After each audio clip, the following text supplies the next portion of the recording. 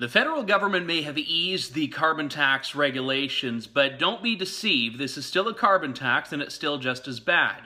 This is an example of the media not really picking up on what actually happened here. Back in January, Catherine McKenna, the Environment Minister, set the benchmark at 70%, meaning that the carbon tax imposed by the federal government would be put on any company whose emissions were more than 70% of their industry's average emissions.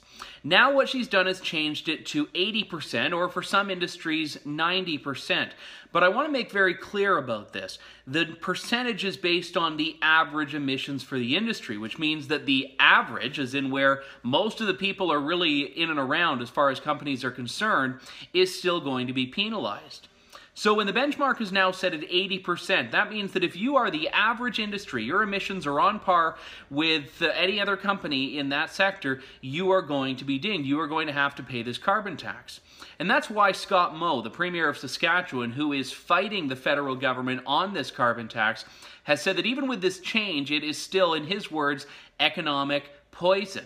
You cannot put lipstick on a pig and expect that it's going to be something other. And the same is true with this easing, allegedly, of the federal carbon tax. For the True North Initiative, I'm Andrew Lawton.